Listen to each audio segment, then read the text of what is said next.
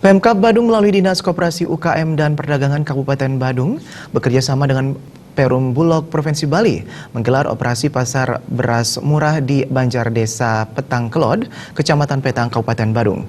Tujuannya pemirsa adalah untuk menstabilkan harga sembako khususnya beras di Kabupaten Badung.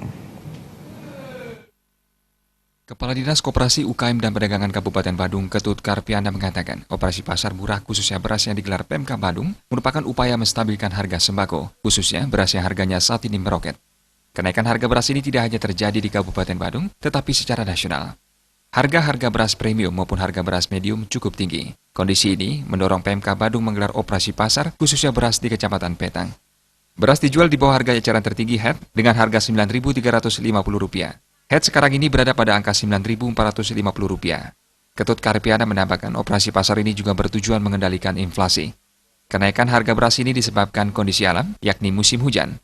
Akibat musim hujan, pasokan beras langka di pasaran sehingga harga mulai naik. Menjadi suplai tertinggi inflasi itu kan adalah sembako tadi itu. Jadi itu yang mensuplai tertinggi. Jadi termasuk juga gula, termasuk juga beras, termasuk juga minyak goreng.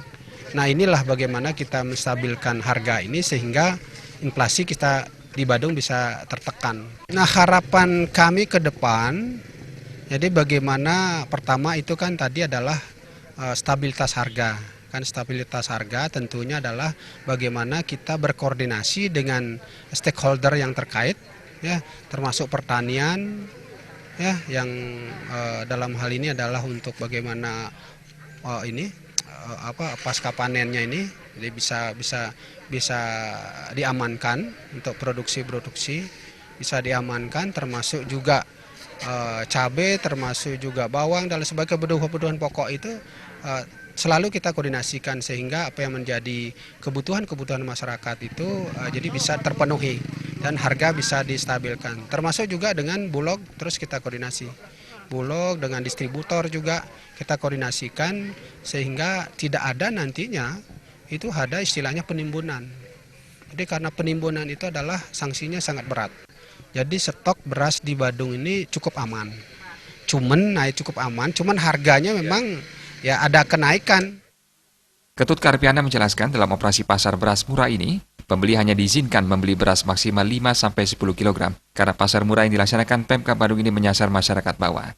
Kegiatan operasi pasar ini akan dilaksanakan di masing-masing kecamatan.